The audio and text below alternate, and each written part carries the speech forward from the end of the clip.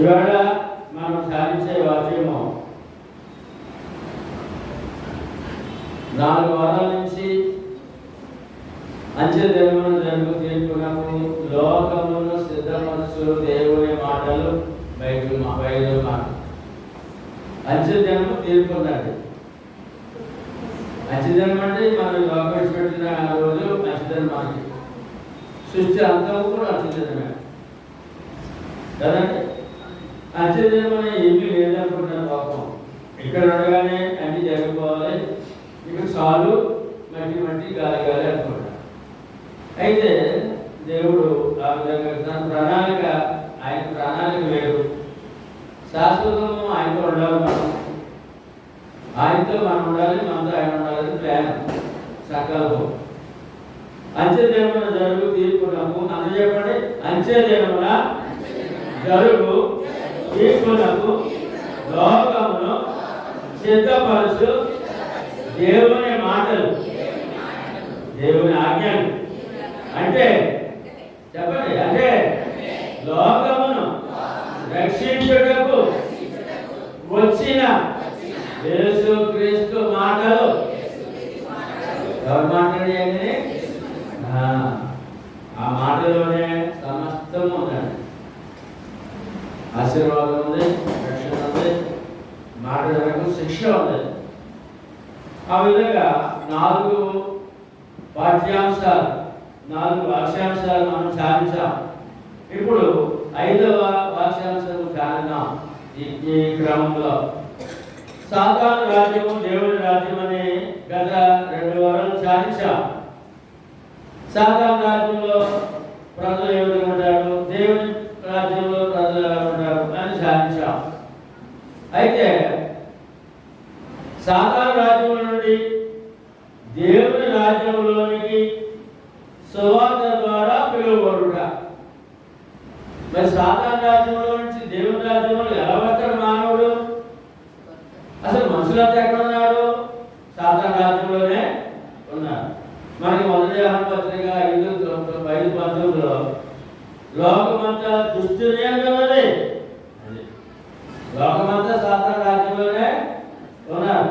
వారు మరి దేవుని రాజ్యంలో ఎలా వస్తారంటే, ఏమండి, దేవుని రాజ్యంలోనికి సువార్త ద్వారా పిలువబడుట. సువార్త ప్రకటించినప్పుడు, వారు అందుకున్నప్పుడు, వారు లోబడినప్పుడే దేవుని రాజ్యంలో ప్రవేశించగలరు. పిలువబడిన వారు అది దేవుని చేత సువార్త ద్వారా దేవుడు పిలుచుకున్నవారు. మత్తయి సువార్త 11:28-30 ప్రయాసపడి భారం మోసుకొనుచున్న సమస్త జనులారా నా యొద్దకు రండి, నేను మీకు విశ్రాంతి కలుగజేయుదును. నేను సాత్వికుడను, దీన మనస్సు గలవాడను గనుక మీ మీద నా కాయెత్తుకొని నా యొద్ద నేర్చుకోండి, అప్పుడు మీ ప్రాణములకు విశ్రాంతి దొరుకును. ఏలయనగా నా కాడి సులువుగాను నా భారము తేలికగాను ఉన్నవి అని పిలుస్తున్నారు. ప్రభు పిలుపు. ప్రయాసపడి భారం మోసుకొనుచున్న సమస్త ఎంతమంది? పలానా కులం పలానా మాత్రమే ఉందా? లేదండి, సమస్త జనులారా. ఏంటి? ఏం మాత్రాడు? ఏ భారం మాత్రాడు మానవుడు? 2 తిమోతి 3:6 పాప భరితులై నానా విధములైన దురాశల వలన నడిపించబడి. పాప భరితులు మానవుడు, పుణ్యాత్ముడు కాడు, పాప భారాన్ని మోస్తున్నాడు. ఆ భారాన్ని దింపేస్తే రమ్మని పిలుస్తుంటే నా బాధ నా బరువు నేను మోసుకుంటాను, నా గొడవ నీకు ఎందుకు అన్నారు వేసుకోవడం లోకం పట్టించుకోవట్లేదు. బరువు దింపేస్తానన్నాడు, బాబు భారం దింపేస్తానన్నాడు. మా భారం మేము మోసుకుంటే నా గొడవ మీకు ఎందుకయ్యా అంటారు వేసుకోవడం. అయితే మనం అలాగన్నామా లోపడ్డాం, సువార్తకు లోపడ్డాం, బాబు భారాన్ని దింపేసుకున్నాం అని మాట చాలా అద్భుతమైన రీతిగా మనము ఈ వాక్యం ఉన్నాం. ఇప్పుడు పాప భక్తులు ఎలా అవుతారు అంటే నానా విధమైన దురాశల వలన మానవుడు ఆశతో జీవించాలండి. ఆశతో జీవించాలి, ఆశ లేకపోతే బ్రతకలేడు. కానీ ప్రతి మానవుడు దురాశతో జీవిస్తున్నాడు. అలాగే దురాశతో జీవిస్తాడు కనుక ఆ దురాశ ఏమవుతుందంటే పాప భారంగా మారిపోతుంది. ఇప్పుడు చెప్పండి, దురాశ లేని మనుషుడు ఎవరున్నాడు అంటే పాపం లేని ఎవరున్నాడు? ఏమంటే అంతా నాకే కావాలి, నేనే బాగోవాలి, నా కుటుంబమే బాగోవాలి, అందరూ నాశనం అయిపోవాలంటే దాన్ని ఏమంటారు? దురాశ. ఏమంటారంటే అందుకని పాప భరితులు ఉన్నారు ప్రతి ఒక్కరు కూడా. మరి పాప భారాన్ని మరి దింపేస్తున్నాడు కదా, మరి ఏమై ఉన్నాడు అని చెప్తాడు. యోహాను సువార్త 1:29 మరునాడు యోహాను యేసు తన యొద్దకు రాగా చూచి, ఇదిగో లోక పాపమును మోసుకొని పోవు దేవుని గొర్రెపిల్ల. ఎవరంటే లోక పాపం అంటే లోకం అంటే లోక ప్రజలందరి పాపం. ఏమంటే మా పాపం మేమే మోస్తాము అని చెప్పి ఈవేళ సకల ఆశీర్వాదాలు పొందిన దేశాలు ఉన్నాయండి. వాడి మత పిచ్చితో వారి పాపాలు వాడు మోసుకుంటూ యుద్ధాలు చేసుకుంటూ సర్వనాశనం అయిపోతారండి. ఆశీర్వదించబడిన దేశాలు వారి పాపం వాడే మోసుకుంటారంట. అందుకని సర్వనాశనం యుద్ధాలతో దాని కనుక ఇక్కడ ఎవరంటే ఈ పాప భారం మనం మనం మనం పోయిద్దామండి. ఆయన మన జాలి ప్రేమ ఏమండి పాప భారం లోక పాపం మోసుకొని దేవుడి గారు పిల్ల నాకు దేశం అన్నాడు. ఆయన మనుషుడు అంటాడు నా మీద చూడను అన్నాడు. ఆయన ప్రేమను గుర్తెరపడి ఉన్నాడు మానవుడు, దేవుడి ప్రేమ. మరి దీన్ని ఎలాగా అని అంటే మార్క్స్ వార్త 16:16 మన భారం భరించి శిలువ మరణం పొందిన తర్వాత మరణాన్ని జయించిన తర్వాత మరియు మీరు సర్వలోకానికి వెళ్ళి సర్వ సృష్టికి సువార్త ప్రకటించుడి, నమ్మి బాప్తిసం పొందిన వాడు రక్షించబడును, నమ్మిన వానికి శిక్ష. ఇదండి ఆజ్ఞ. ఈ వాక్యంలో గొప్ప వాగ్దానం ఉంది, రక్షణ, గొప్ప శిక్ష కూడా ఉంది. మాట వింటే మాట వినకపోతే తేడా కనపడదు. అంటే మరి ఎవరు ఇలా ఆజ్ఞాపించడం నేను ఎవరో అంటే మన వరకు పాప భారం మోసి మరణాన్ని జయించి రుచిని చేయడైనా సృష్టికర్త అయిన దేవుడు, లోకరక్షకుడు లోకాన్ని రక్షణకు వచ్చిన యేసయ్య. మరి ఆయన మాట ఏముందా? చెప్పడానికి ఆయన హక్కుందా? ఉందే. ఏమో చెప్పడానికి సర్వ సృష్టికి సువార్త ప్రకటించండి అనగా నేను మీ పాపంలో నేను మోసాను, నేను బలయ్యాను, నేను ఇక్కడ మరణించాను, సమాధయ్యాను, తిరిగి లేచాను అని చెప్పండి. విని లోపడితే ఆ బాధ నామే వేసుకుంటాను, లేదంటే శిక్ష తప్పదు. చెప్పండి, మనం రక్షణలో ఉన్నామా శిక్షలో ఉన్నామా? లోకంలో ఉంది. అంత స్పష్టంగా మనము తెలుసుకోవాల్సిన అవసరము ఉంది. ఇప్పుడు ఎలా పిలుస్తున్నాడు ఆయన? సాతాను రాజ్యం నుంచి సువార్త ద్వారా పిలుస్తున్నాడు. ఎలాగంటే సువార్త ద్వారా పిలుస్తున్నారు. కనుక అపోస్తలుల కార్యములు 26:16-18 చూసినట్లయితే అక్కడ పౌలు గారిని ఏర్పరిచారు సువార్త వారు. ఎందుకు ఏర్పాటు చేశారు చూద్దామండి. నీవు నన్ను చూచి ఉన్న సంగతిని చూచి, నేను నీకు కనబడబోవు సంగతిని చూచి, నిన్ను పరిచారకునిగాను సాక్షిగాను నియమించుటకై కనబడి ఉన్నాను. నేను లేచి నీవు లేచి నీ పాదములు మోపి నిలువు. నేను ఈ ప్రజల వలనను అన్య జనుల వలనను హాని కలగకుండా నిన్ను కాపాడను. వారు చీకటిలో నుండి వెలుగులోనికి, సాతాను అధికారుల నుండి దేవుని వైపునకు తిరిగి. చూసారా? ఎందుకంటే ఎక్కడి నుంచి ఎక్కడ రావాలంట? సాతాను అధికారం నుండి దేవునిలోనికి రావాలంట. సాతాను రాజ్యంలో నుండి దేవుని రాజ్యంలోనికి రావాలని నువ్వు వెళ్ళి ప్రకటించు అని పౌలు గారిని సేవకు పంపించి ఉన్నారు. ఏమండి, దేవుని సాతాను అధికారుల నుండి దేవుని వైపు తిరిగి నా యందు విశ్వాసము చేత పాప క్షమాపణ ప్రభునందే ఉన్నది. ప్రభులే ఉన్నది పాప క్షమాపణ. ఏమంటే పరిశుద్ధత, పరిశుద్ధపరచబడిన వారిలో స్వాస్థ్యము పొందినట్లు వారి కన్నులు తెరుచుడికై నేను నిన్ను వారి యొక్కకు పంపేదనని చెప్పాడు. సువార్త ఎందుకండి? సాతాను అధికారంలో నుండి దేవుని లోనికి రానున్నాడు సువార్త. కాబట్టి అందుకని ముందుగా 12 మంది శిష్యులు ఏర్పాటు చేసుకున్నారు. తర్వాత ధర్మశాస్త్ర పండితుడైన పౌలు గారు కూడా ఏర్పాటు చేసుకున్నారు. ఆయన శిలువ మరణం పొంది సమాధి చేయబడి తిరిగి లేచిన తర్వాత పౌలు గారికి ఏర్పడ్డాడు. అదే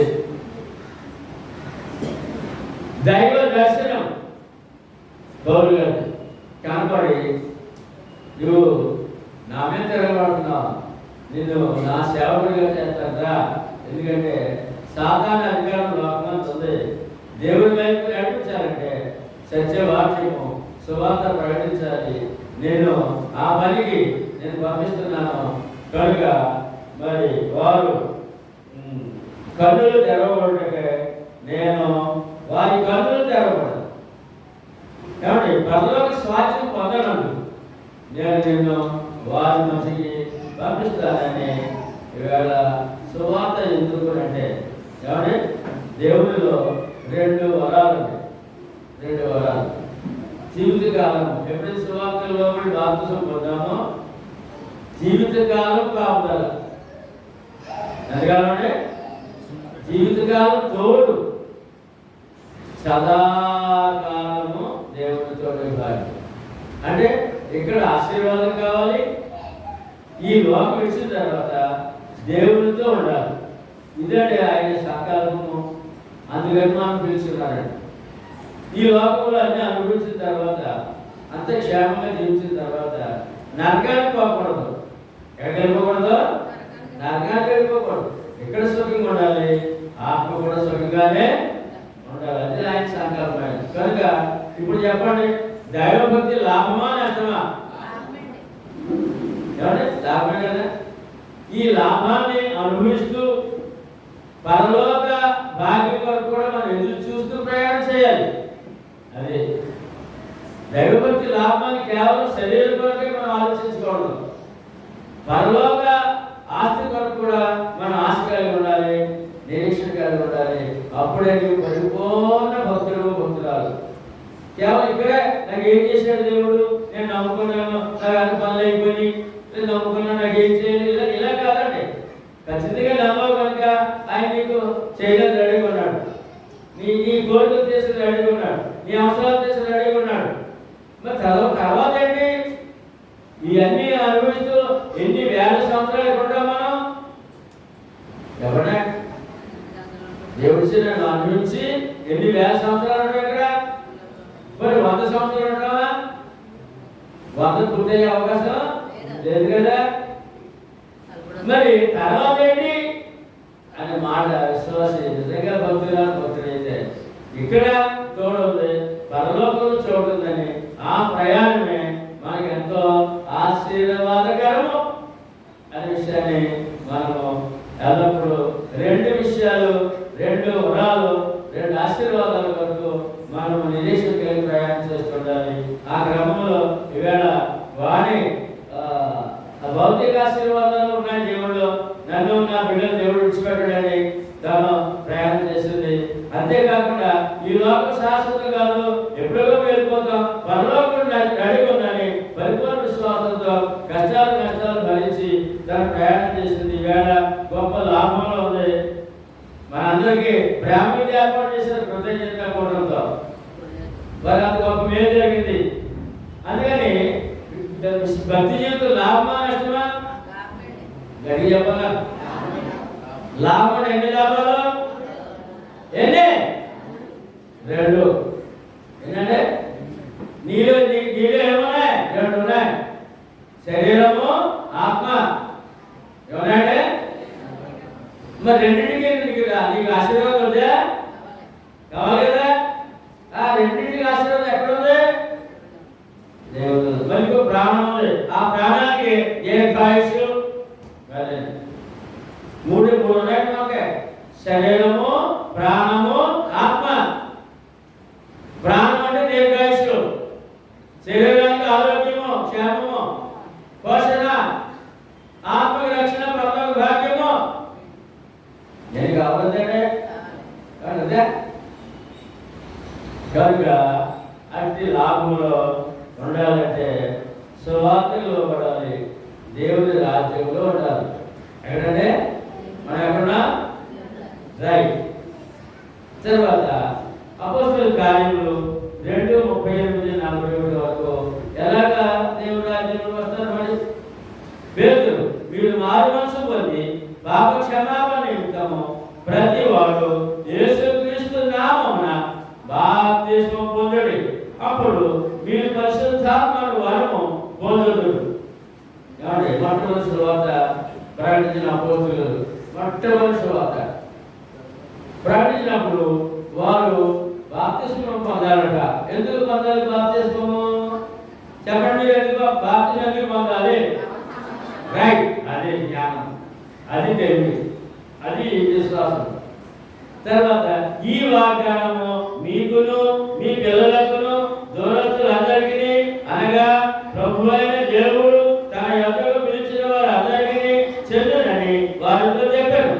ఇంకను అనేక విధమైన మాటలతో సాక్షి నుంచి మీరు మూర్ఖులకు ఈ తరము వారికి లోకాలు ఉన్నాడే మూర్ఖత్వం, లోకాలు ఉన్నాడే చెప్పండి, లోకాలు ఉంది మూర్ఖత్వం, మూఢత్వం. అందులో బయటికి రా, అది అందులో బయటకు వచ్చామా? మూర్ఖులకు ఈ తరము వారికి వేరే రక్షణ పొందుడని వారిని హెచ్చరించారు. కాబట్టి అతని వార్తను అంగీకరించిన వారు, సువార్తను అంగీకరించిన వారు, సువార్తకు లోబడిన వారు బాప్తిస్మం పొందిరి. సువార్త లేకుండా ఈ రక్షణ నీకు అందే అవకాశము లేదు. ఆ దినమందు ఇంచుమించు 3000 మంది చేర్చబడి మొట్టమొదట అపోస్తలుల సువార్త ప్రకటన ద్వారా 3000 మంది బాప్తిస్మం పొందడం ద్వారా యెరూషలేములో క్రీస్తు సంఘం కట్టబడెను, దేవుని రాజ్యము స్థాపించబడెను. దేవుని రాజ్యము భూమి మీద ఉంది ఇప్పుడు. అందులోకి ప్రతి ఒక్కరు సువార్త ద్వారానే రావాలి. దర్శనాలు, కళలు, దర్శనాలు, కళలు నన్ను పిలిచాడు, ఈ మాట కాదు, ఇవన్నీ అది మోసం, అది మోసం. దేవుడి దర్శనం, కళ, నన్ను పిలిచాడు, మోసం మాటలు. ఇవాళ ఇటువంటి అబద్ధ బోధలు, మోసపు బోధలు చాలా అక్కడ ఉన్నాయి. కానీ ఆయన ఎలా పిలుచుకున్నాడంటే సువార్త ఒకటే ఆధారము. ఎలాగంటే సువార్త. మరి ఇప్పుడు నన్ను పిలిచాడు దేవుడు అని ఎవరు చెప్పచ్చా? చెప్తుంటే ఏం చేస్తున్నాడు లెక్క? అబద్ధం ఆడుతున్నాడు. నాకు కళ వచ్చింది మీ దగ్గరికి వెళ్ళమన్నాడు అంటే అతను ఏం చేస్తున్నాడు? అబద్ధము ఆడుతున్నాడు. నన్ను పిలిచాడు, నాకు దర్శనం అంటే ఏం చెప్తాడు? అతను ఏం చెప్తాడు? అబద్ధం ఆడుతున్నాడు. కాబట్టి శాలలో వస్తున్నప్పుడు దేవుడి మాట గురించి వస్తామని చెప్పంటే దేవుడు రోజు మాట్లాడుతున్నాడంటే ఒక ఆవుతాడు ఆమెమో రాసేస్తున్నాడ గ్రంథం ఏంటంటే దేవుడు రోజు మాట్లాడుతున్నాడ, ఇవి గ్రంథం రాసేస్తున్నాడ, లోకమంతా నమ్మేస్తున్నాడ. అదేమో అక్కడ సెలవు పెట్టేశారు. అది నిజం అబద్ధం చెప్పండి. అబద్ధాన్ని ఎంత బాగా నమ్ముతారు లోకం. కనుక సువార్త ద్వారా పిలుపు, పాప క్షమాపణ, బాప్తిస్మము, తద్వారా దేవుని రాజ్యంలో ప్రవేశము. ఏమండి దొరికిందా? మనకి దొరికిందా? చెప్పలేదు ఎవరన్నా? దేవుని రాజ్యంలో ఉన్నామా? ఉన్నామండి. అపోస్తలుల కార్యములు 22:16 మరి అందులో ప్రవేశించాలంటే ఏమే ఉండాల మనుషుడు? అందరం. 22:16 కనుక నీవు తడువు చేయటెందుకు? లేచి ఆయన నామమును బట్టి ప్రార్థన చేసి బాప్తిస్మము పొంది నీ పాపములను కడిగి వేసుకోమని చెప్పాను.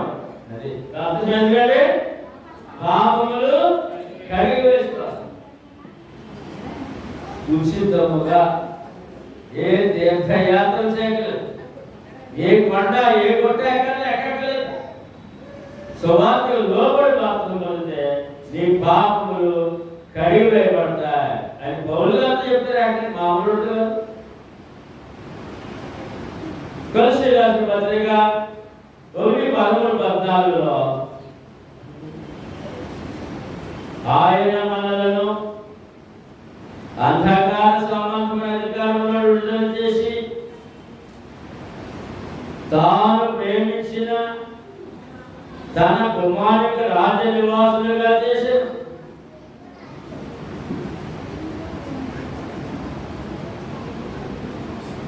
ఇదిగోండి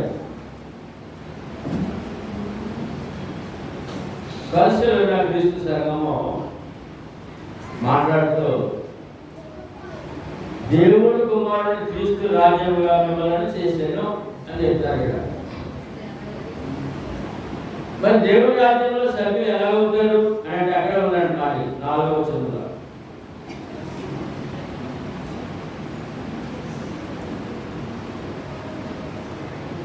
ఏమనుంది? ఆ కుమారుని యందు మనకు విమోచనము అనగా పాప క్షమాపణ కలుగుతున్నది. బాప్తిస్మం ఏం జరుగుతుందండి? పాప క్షమాపణ పొందితేనే కానీ పరలోక రాజ్యంలో ప్రవేశము లేదు. హెబ్రీయులకు రాసిన పత్రిక 1:3-4 వచనాల్లో 3-4 వచనాల్లో ఆయన దేవుని మహిమ యొక్క తేజస్సును, ఆయన తత్వం యొక్క మూర్తిమంతమునయుండి తన మహిమగల మాట చేత సమస్తమును నిర్వహించుచు. ఎవరే దేవుడు? మన ప్రభు ఎవరంటే మహిమగల మాట, మహిమగల దేవుడు, మహిమగల మాట.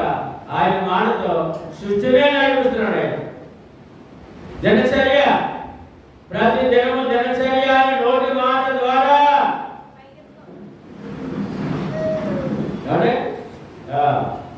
ఎవరు ఎక్కడో కొంచెం బాగా తెక్కలేసుకున్నారు అనుకోండి, బాగా గర్వం ఎక్కువైపోయింది అనుకోండి, గర్వం, అతిశయం, గొప్పతనం, దేవుడు లెక్క చేయడం ఉంది అనుకోండి.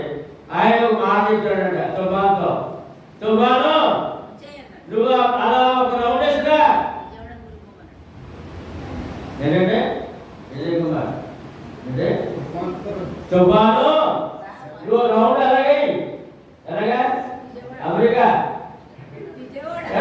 విజయవాడ లేకపోతే మద్రాసు ఓ రౌండ్ వేసుగా బాగా తిక్కగా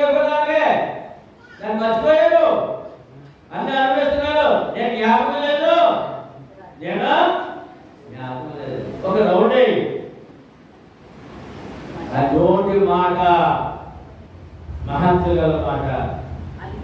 కీర్తన 140 ఎన్నిసార్లు సరే, కీర్తన 148, కీర్తన 148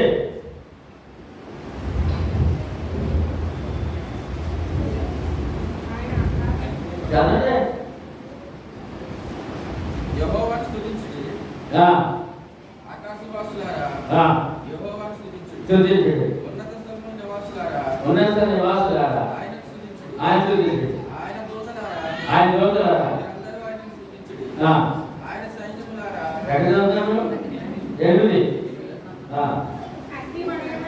అగ్ని వడగండ్లారా ఆవిరి ఆయన ఆజ్ఞ నెరవేర్చు.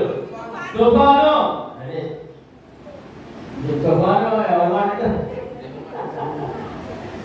అది గేరెట్ అయిపోయింది.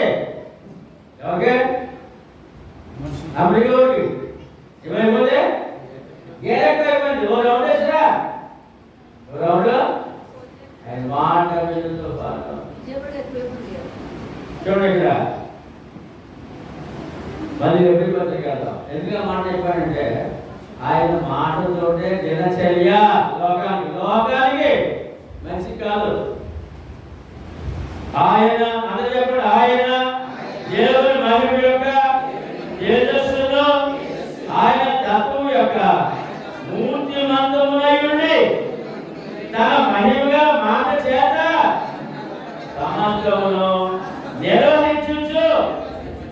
అక్కడ దాగిపోలేదండి, అక్కడ సృష్టి నడిపించడం దాగిపోలేదండి, ఏమంటే మనిషిని పుట్టించడం దాగిపోలేదండి, పోషించడం దాగిపోలేదండి.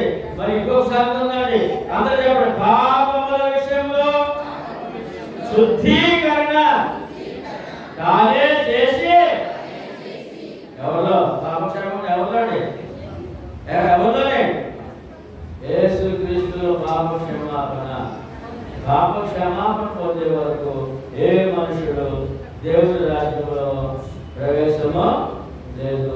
దేవుని భక్తుడిగా దేవుని బిడ్డగా అర్హత లేదు. కనుక సువార్త విషయము, సువార్త షరతులు ఉన్నాయండి. ఈ సువార్తకి పాప క్షమాపణ షరతులు ఉన్నాయండి. పాపం శుద్ధీకరణ చేయబడాలంటే, ఒక వ్యక్తి పాపి శుద్ధీకరణ చేయబడాలంటే షరతులు ఇచ్చాడు ఆయన. సువార్త షరతులు అంటారు. ఒకటి, సువార్త వినాలి అనగా అందరూ చెప్పండి, యేసుక్రీస్తు నా పాపము నిమిత్తము మృతి పొంది సమాధి చేయబడి మూడవ జన్మన తిరిగి లేచెను లేఖన ప్రకారం అది వినాలి. ఆ సువార్త వినాలి. 2, సువార్త నమ్మాలి. 3, మారు మనసు పొందాలి. 4, మారు మనసు మారాలా మతం మారాలా? గట్టిగా మీరు మనసు మారి మారు మనసు పొంది ఒప్పుకొని యేసు దేవుని కుమారుడు క్రీస్తుని, యేసు ప్రభు అని నేను పాపని ఒప్పుకొని పాప క్షమాపణ కొరకు క్రీస్తులోనికి బాప్తిస్మము పొందిన వాడే దేవుని రాజ్యంలో ప్రవేశించిన వాడు, పాప క్షమాపణ పొందిన వాడు. మత్తయి సువార్త 28:18-20 బాప్తిస్మలో మనకి ఇచ్చిన వాగ్దానం ఏంటి? అయితే యేసు వారి యొద్దకు వచ్చి, పరలోకమందును భూమి మీదను నాకు సర్వాధికారం ఇయ్యబడినది. కాబట్టి మీరు వెళ్ళి సమస్త జనులను శిష్యులుగా చేయుడు. తండ్రి యొక్కయు కుమారుని యొక్కయు పరిశుద్ధాత్మ యొక్కయు నామములోనికి బాప్తిస్మం ఇచ్చుచు నేను మీకు ఏ ఏ సంగతులను ఆజ్ఞాపించుదునో వాటన్నిటిని కైకొనవలెనని వారికి బోధించుడు. ఇదిగో నేను యుగ సమాప్తి వరకు సదాకాలము మీతో కూడా ఉన్నానని వారితో. అమ్మా, సువార్త ద్వారా బాప్తిస్మం అంటే పాప క్షమాపణ పొందిన వాడు దేవుని రాజ్యంలో సభ్యుడు. అతనికి దేవుని రాజ్యంలో ఉన్న సభ్యుడికి జీవితకాలం తోడు. ఎవరికి తోడండి? దేవుడు ఎవరికి తోడు? దేవుని రాజ్యంలో ఉన్న వారికి. ఏమండి? దేవుని రాజ్యంలో ఉన్నవారు. ఏమండి? మరి దేవుని రాజ్యంలో ఇంకోటి సదాకాలము దేవుడితో. అంటే ఎక్కడైతే ఆ వరము బాప్తిజం ద్వారా ఎక్కడ చేస్తున్నాం? బాప్తిజం దైవాజ్ఞ. బాప్తిజం దైవాజ్ఞను పాటించి నువ్వు బాప్తిజం పొందినప్పుడు, నువ్వు దేవుని రాజ్యంలో సభ్యులైనప్పుడు, జీవితకాలానికి తోడుగా ఉన్నప్పుడు, ఆయన తోడుంటే మనకి ఏం లేదు జరగదంటే. మరి ఈ లోకం శాశ్వతంగా ఉండవు కదా. మరి తర్వాత నీ ఆత్మకి ఆధారం వద్దా? మనలోకి వద్దా? నరకంలో కాలిపోతావా అనే విషయాన్ని ఆయన ఇష్టపడలేదు. నరకంలో కాల్పడదంట, నరకంలో కాల్పడదంట. పరలోకంలో ఆయనతో కూర్చోవాలంట సదాకాలము అన్నమాట. అంత గొప్ప వరము దేవుని రాజ్యంలో ప్రవేశంలో ఆయన ఏర్పాటు చేశారు. సాతాను రాజ్యంలో నుండి దేవుని రాజ్యంలో. అది మన పాఠం కదా. దేవుడి రాజ్యంలో ఉంది జీవితకాలం తోడు ఉంది, దేవుని తోడు ఉంది. తర్వాత సదాకాలం పరలోకం దేవుడితో. మనం ఎలా కూర్చున్నప్పుడు సేవకుడిగా నేను మీరు ఎదురు ఎలా కూర్చున్నారు? దేవుడితో కూర్చునే భాగ్యం. అలాగా సదాకాలం ఆత్మకు సాగు లేదు. అది నరకంలో ఉండాలి, పరలోకంలోనే ఉండాలి. మనం ఎక్కడుంటాం? అందరు చెప్పాలి. మనం ఎక్కడుంటాం? ఆ విశ్వాసం ఉందా? ఆ ధైర్యం ఉందా?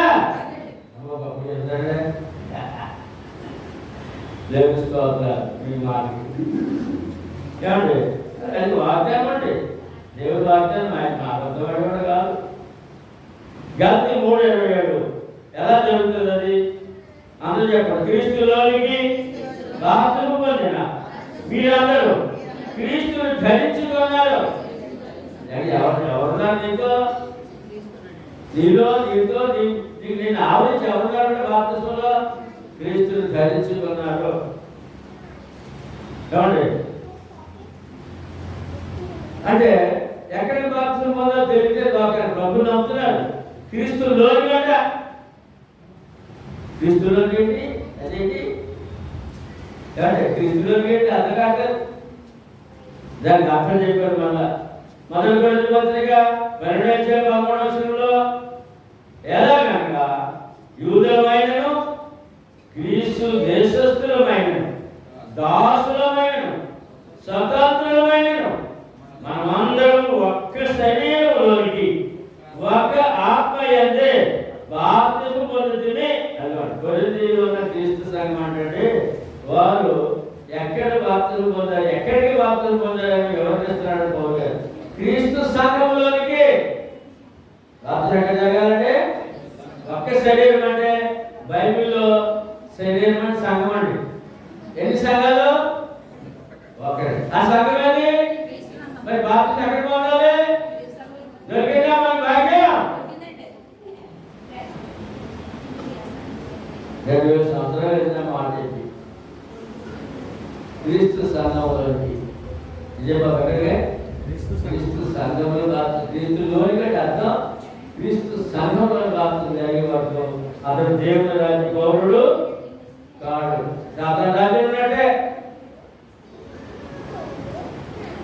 ఎందుకని అని అంటే అపోస్తలుల కార్యం 4:12 మరి ఎవరి వలన రక్షణ కలుగదు,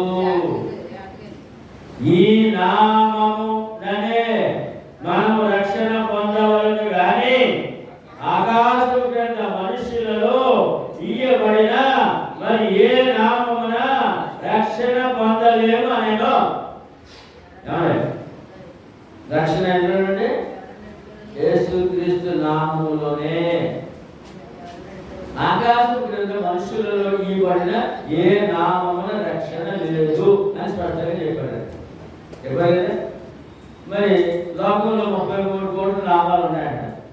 యేసు ప్రభు నమ్మిన వాడు దేవదాసయ్య గారు అంటాడు, లోదర్ అంటాడు, మన్నా అంటాడు, పెంతుకొస్తూ అంటాడు, బాప్టిస్ట్ అంటాడు. మరి ఈ నామాల వాడికి రక్షణ ఉందా? ఉందంటే అంటే ఇప్పుడు ఎక్కడ వాళ్ళు ఇంకా సాధారణ రాజ్యంలోనే ఉన్నారు. ఎక్కడ రాలేదు? దేవుని రాజ్యంలోకి. ఎంత స్పష్టత దేవుడు మనకు ఇచ్చాడండి. అది మనకు దొరికింది. మరొకసారి జ్ఞాపకం చేయాలని మా ప్రయత్నం. కాబట్టి మొదటి కొరింథీ పత్రిక ఎందుకు అంత స్పష్టత అంటే కాబట్టి 8:4 మొదటి కొరింథీ పత్రిక 8:4 కాబట్టి విగ్రహములకు బలిగా అర్పించిన వాటిని తీర్చే విషయంలో ప్రశ్న అడిగాడంట. లోకమందు విగ్రహము వట్టిదనియో, లోకమందు విగ్రహము దేవుడు కాదు, అబద్ధం. విగ్రహం అంటే అబద్ధం. ఏమండి అప్పుడు మరియమ్మ విగ్రహం నిజమా? మరియమ్మ విగ్రహం నిజమా? పూజ అదే అబద్ధమే. ఏమండి వేసుకుంటే సిల్లు పెట్టుకుని కాదు, సిల్లు వేసుకుంటే అది విగ్రహాలు కాదా? చెప్పండి. లోకమందు విగ్రహం వట్టిదనియు ఒకడే దేవుడు తప్ప వేరొక దేవుడు లేడనియో ఎరుగుదమో అంటే అలా ఎరిగిన వారిని దేవుడి రాజ్యంలో ఉన్న సభ్యులు. ఒక్కడే దేవుడు ఎరిగిన వారు ఉంటారు. చెప్పండి మీరు ఎరుగుదురా? ఎరుగుదురా? సంఘం క్రీస్తుని ఎరుగుదురా? ఎవరు?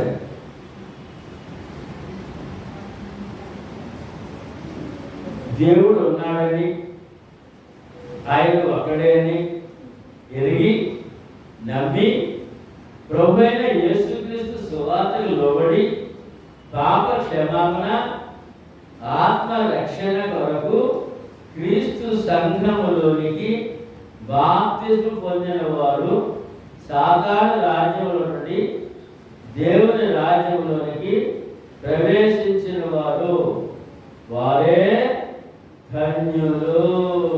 మనం ఎవరంటే వాక్య ప్రకారము ఆయన చిత్త ప్రకారం శిరస్సు వచ్చిన వారము.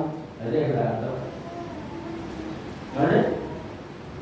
మరి ఇక్కడ ఎంతకాలం ఉండాలి?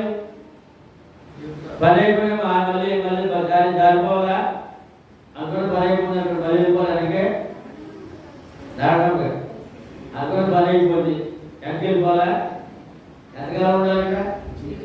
చూద్దాం. ప్రకటన 2:10 అందరూ చెప్పండి, చదవండి సార్.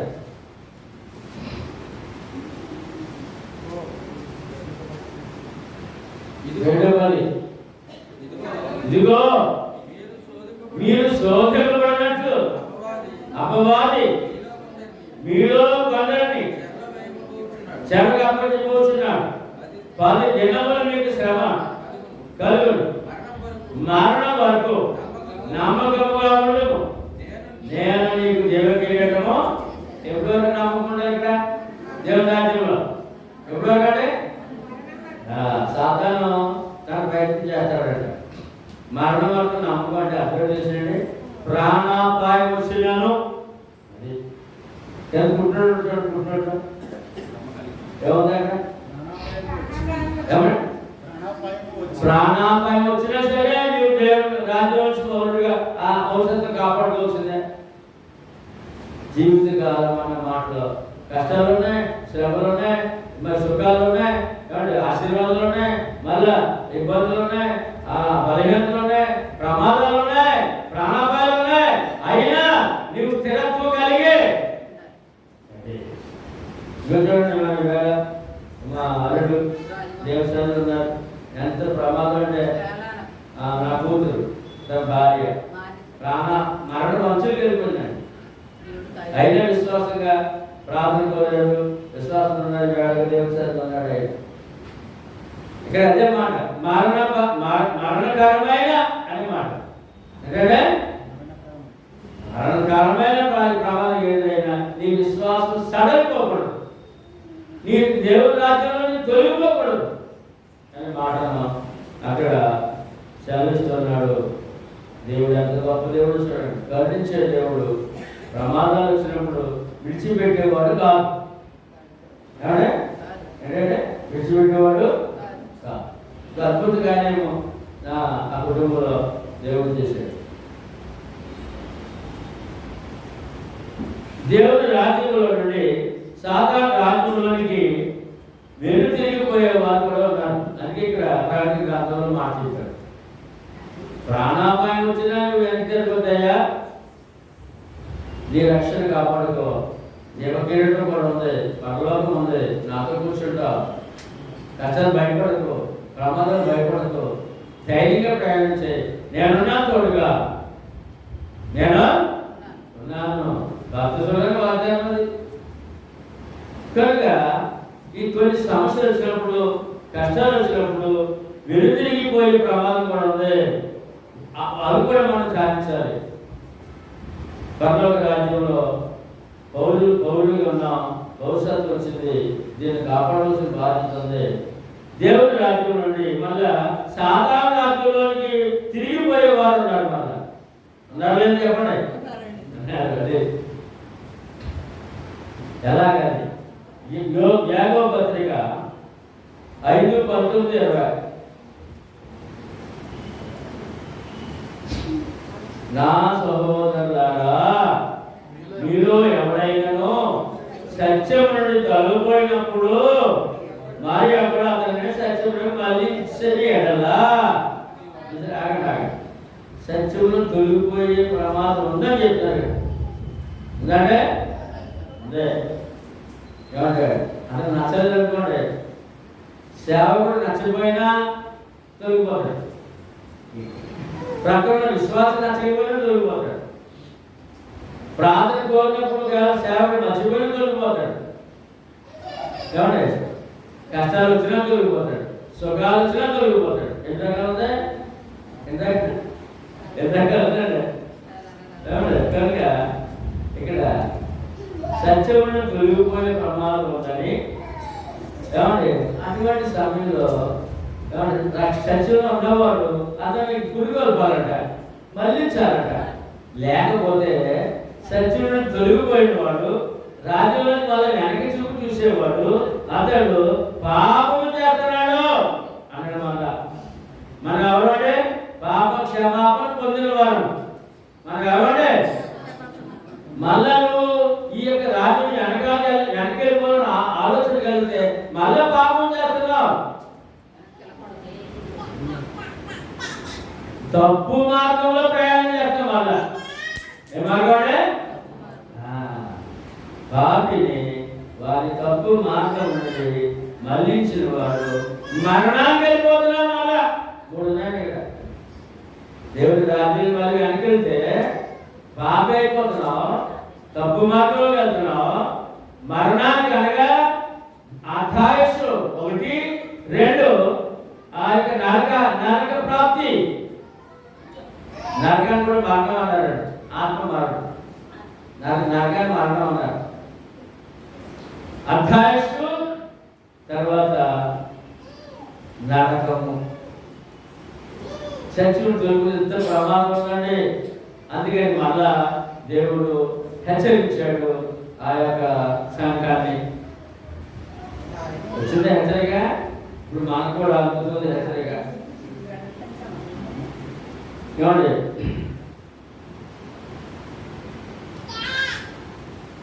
సత్యం తొలగిపోతే, సంఘం తొలగిపోతే పాప అవుతున్నాడని, తప్పు మార్గంలో వెళ్తున్నాడని, మరణానికి పాత్రుడు అవుతున్నాడని, అంటే దేవకాక్షి కోల్పోతాడు, ఆత్మ నరకానికి పోతాడని చెప్పి ఎంత ప్రమాదం ఉందని చెప్పి హెచ్చరిక చేస్తారు.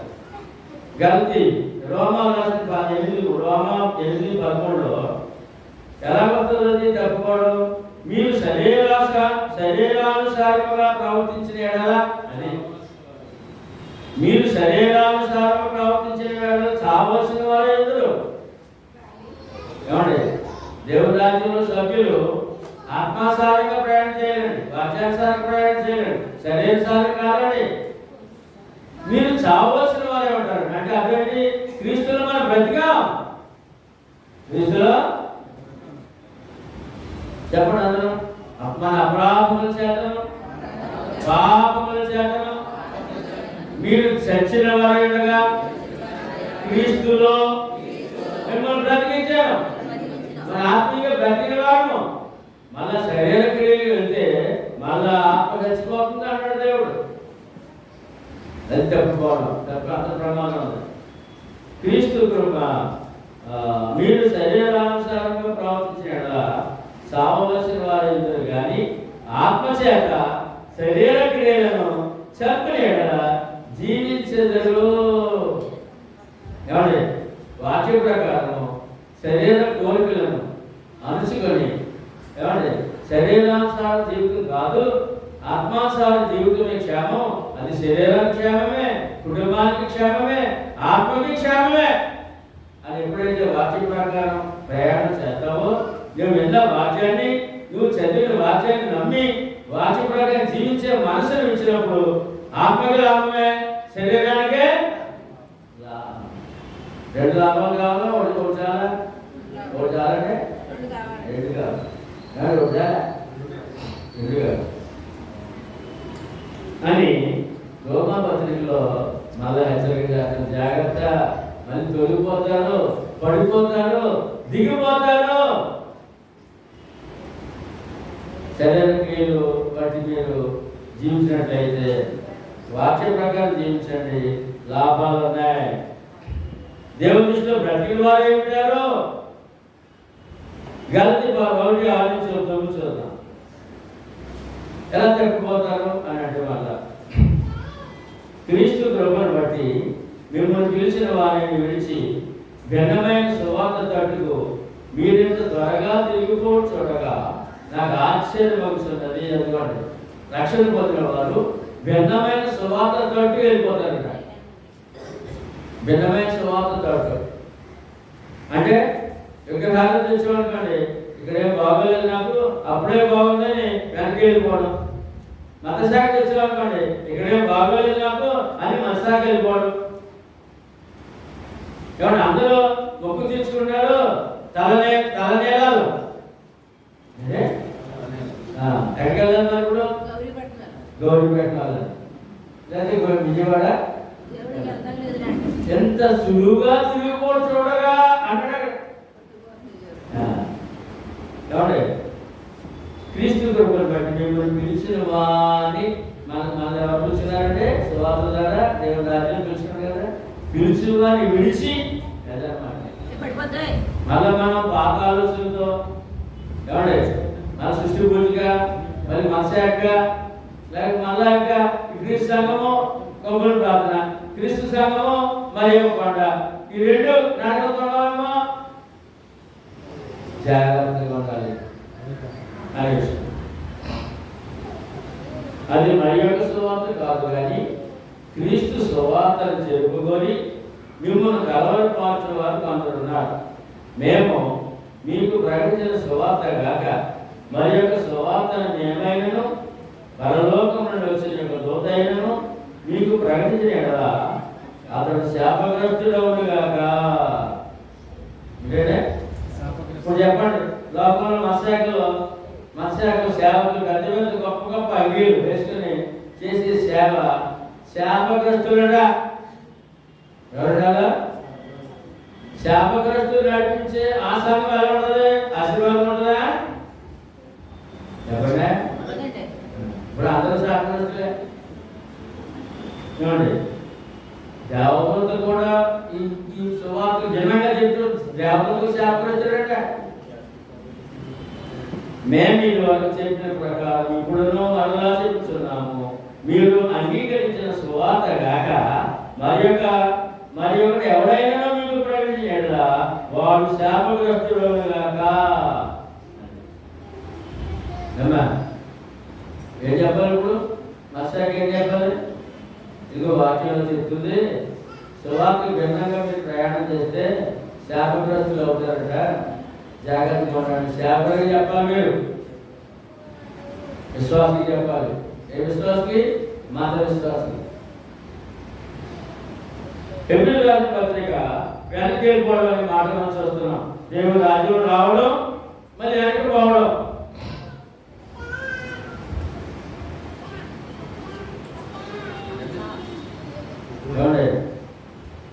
పెళ్లి ఎందుకు చేస్తారండి చెప్పండి మీరు?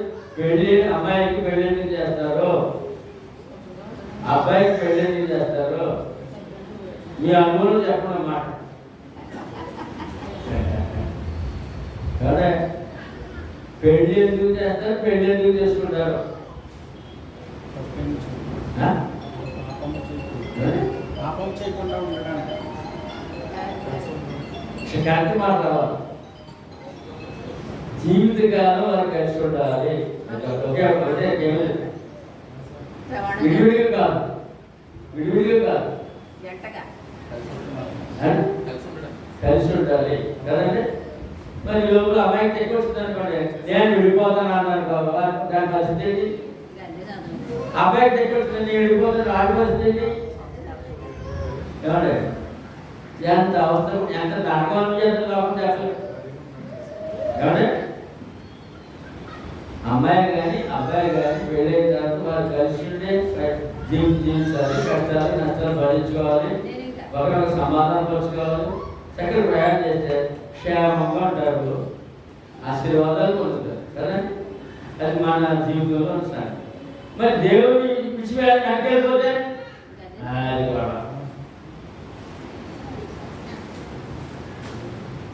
పిల్లల క్షేమంతో పెళ్లి చేసి వాళ్ళు హాయిగా సుఖమంటానికి వాళ్ళు జన్మొచ్చాక అప్పగించినప్పుడు వాళ్ళ జీవితకాలం క్షేమం ఉండాలి, జన్మండాలి. అంతే అంతే ధర్మం. మరి దేవుడు కూడా దేవుడితో జన్మొచ్చాడు మనల్ని, దేవుడు తన కుమారుడు యేసుక్రీస్తు జన్మొచ్చాడు మనల్ని. మరి వీడు వెనకెళ్ళిపోవచ్చా?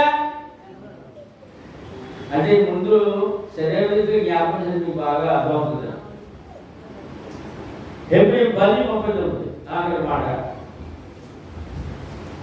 అయితే మనము నశించడం వెళ్తీవారు కాము. వెనకెళ్తే ఏమవుతుందండి? అంటే దేవుడిశ్వరుడు వెనకెళ్తే ఏమవుతుంది? ఆత్మనాశనము. పెళ్ళైన తర్వాత కొద్ది రోజుల తర్వాత అమ్మాయి భర్త విడిచిపెట్టేసిన, అబ్బాయి భార్య విడిచిపెట్టేసిన, వారి జీవితం నాశనము కదే. ఎవరే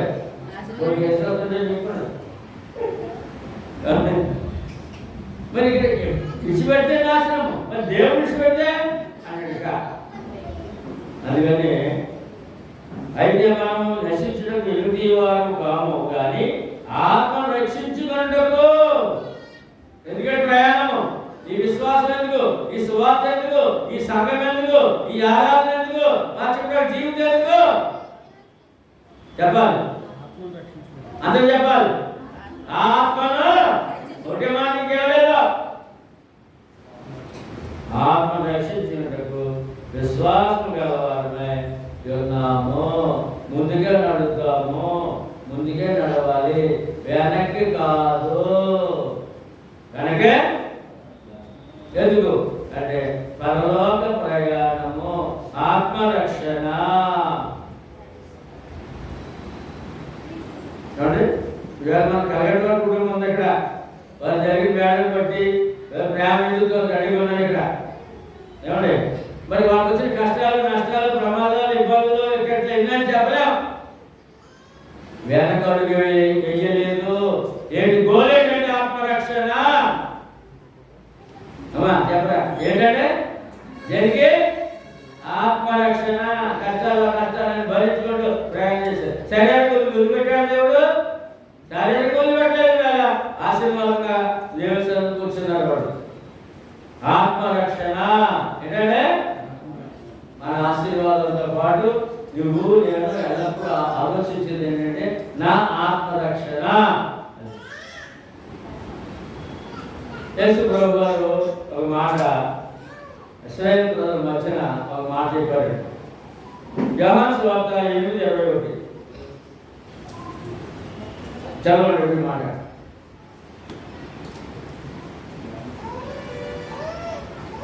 యోహాను సువార్త 8:21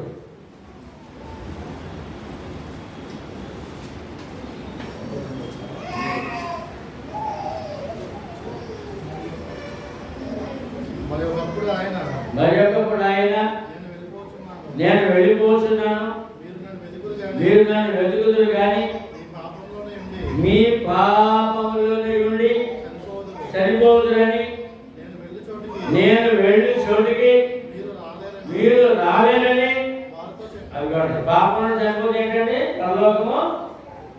ఆయన ఎక్కడికి వెళ్ళారండి? ఆయన ఎక్కడికి వెళ్ళారు? పరలోకం వెళ్ళారు. మరి పాపంలో చనిపోయిన ఎక్కడికి వెళ్ళారంటే నేను వెళ్ళి చోటు మీరు లోకం ఎక్కడ ఇప్పుడు పాపంలో ఉంది. ఎక్కడుందండి? సువార్త దాటుతున్నాడు. వదిలేయలేదు, వదిలేయలేదు. లోక పాపములు మోసి గొర్రె పిల్లవలే ఆ యొక్క భాగంలో శిలువలో బలైపోయి ఆ యొక్క నీ పాపం నా మీద వేయమని చెప్పి సువార్త పిలుస్తున్నాడు లోకాన్ని. వచ్చామండి, కాపాడుకుందాం జీవితకాలము. ఏమంటే రోజుకి 1,50,000 మంది 2 లక్షలు చచ్చిపోతారట ప్రపంచం అంతా పాపంలో ఉండే. ఏమిటంటే పాపంలో చనిపోకూడదు. అది దేవుని ప్రేమ. పాపకి చనిపోకూడదు.